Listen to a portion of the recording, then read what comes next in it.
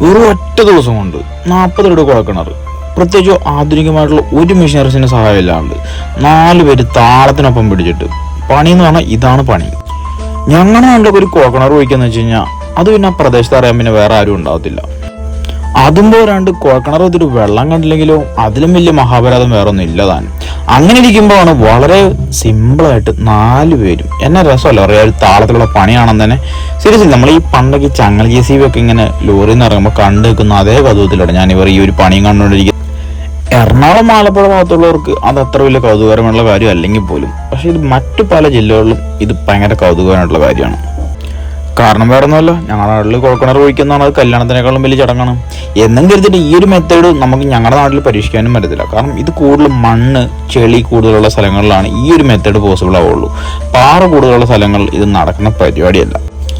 അപ്പം നിങ്ങൾ വിചാരിക്കുന്നുണ്ടാവും ഭൂമി കുഴിഞ്ഞിറങ്ങാൻ തന്നെ മണ്ണും പൊടിയൊക്കെ അവിടെയാണ്. ശരിക്കും പറഞ്ഞാൽ പൊന്തി വരുന്ന വെള്ളം കണ്ടോ? അതിനകത്തൊന്നും ശരിക്കും പറയുകയാണെന്നുണ്ടെങ്കിൽ ഇവർ കുഴിച്ചെടുക്കുന്ന മണ്ണും ചെളിയും എല്ലാം കൂടെ മിക്സായിട്ട് വെള്ളം രൂപത്തിലാണ് വരുന്നത് പുറത്തോട്ട്. സ്വാഭാവികമായിട്ടും അടുത്ത റോഡ് ഉണ്ടാവും വെള്ളം ഇവിടുന്ന് പുറത്തുനിന്ന് അവർ ഒഴിച്ചു കൊടുക്കുന്നതാണ്. വേറെ ഒന്നുമല്ല, ആ ചെളി മിക്സ് ചെയ്ത് വെള്ളത്തിനൊപ്പം മുകളിലേക്ക് പൊന്തി വരാൻ വേണ്ടിയിട്ട്.